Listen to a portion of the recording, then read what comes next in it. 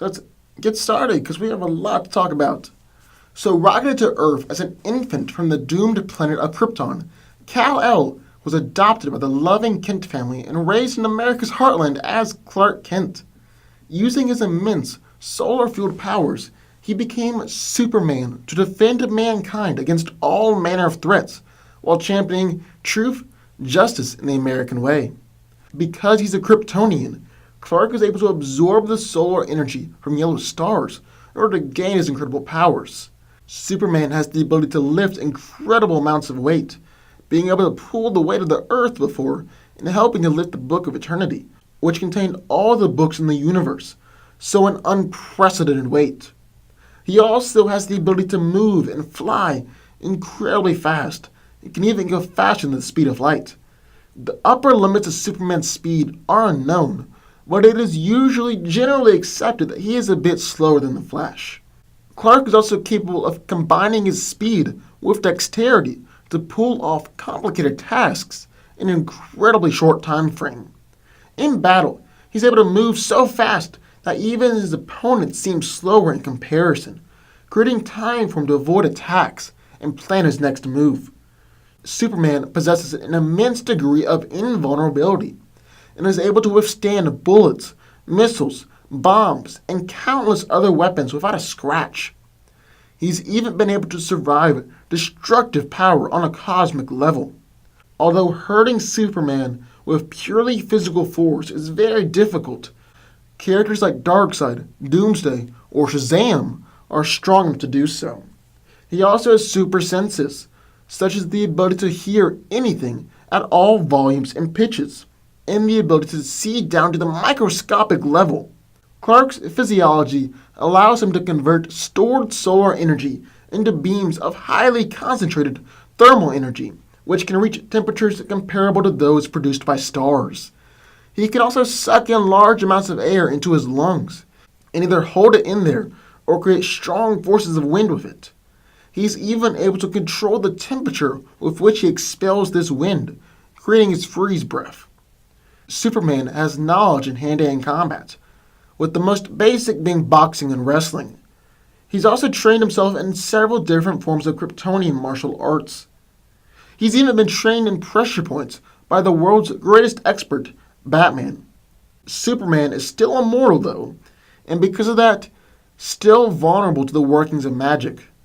It's not necessarily a weakness like kryptonite, but magic does affect him just the same way it would affect other mortals or humans, which is weird because Clark is just as vulnerable to magic as Batman or Flash, yet magic isn't listed as a weakness for these two or other mortal heroes.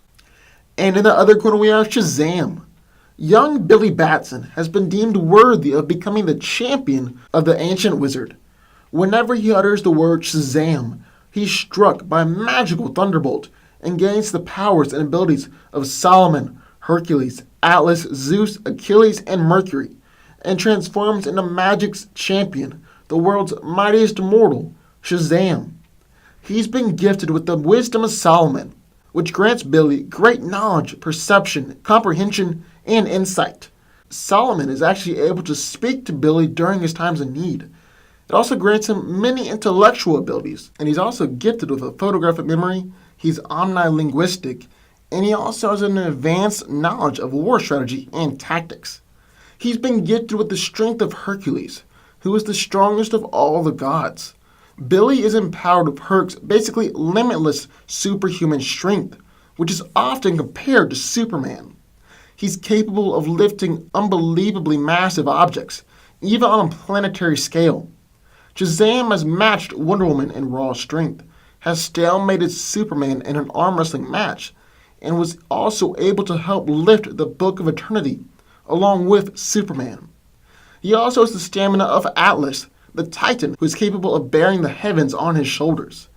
This means that while he's Shazam, Billy doesn't need to eat, sleep, drink, or even breathe. The godly energies that power Billy are also able to sustain him and prevent any kind of fatigue toxins from building up in his body.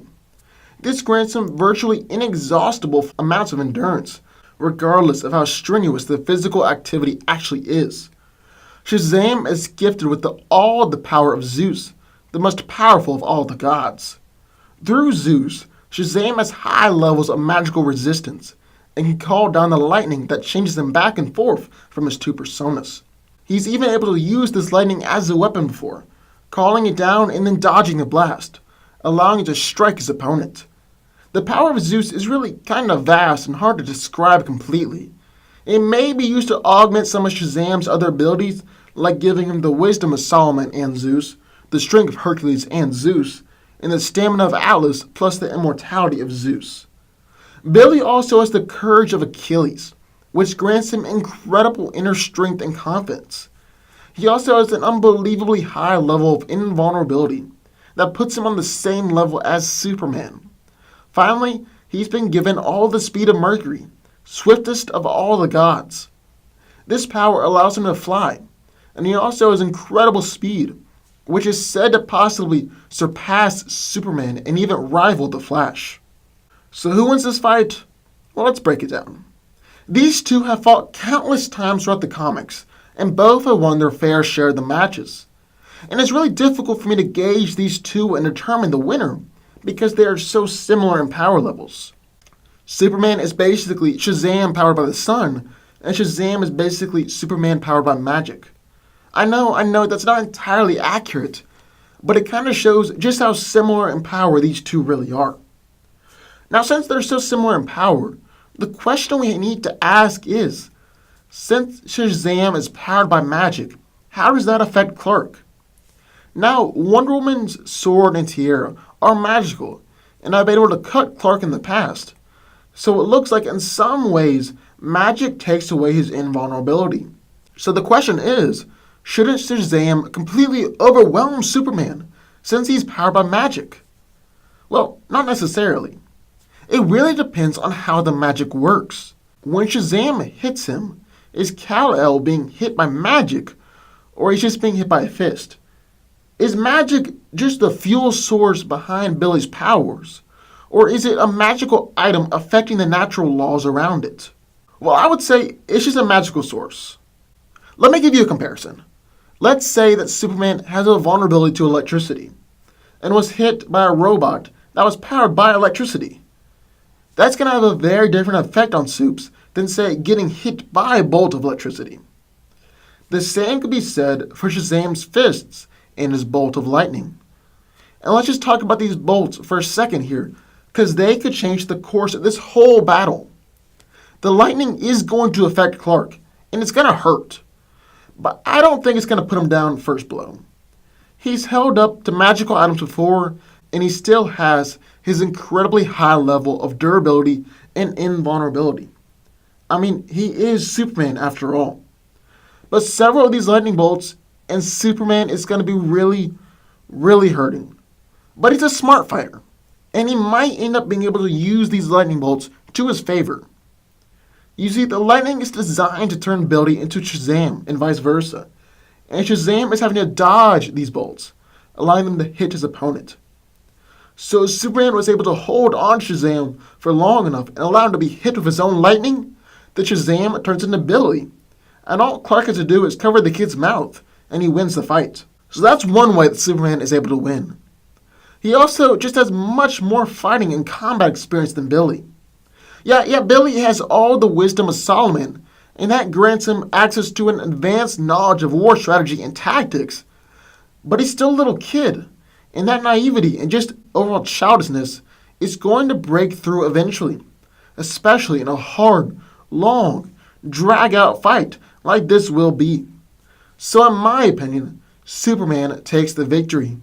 But what do y'all think? I would love to hear your thoughts on who wins this battle.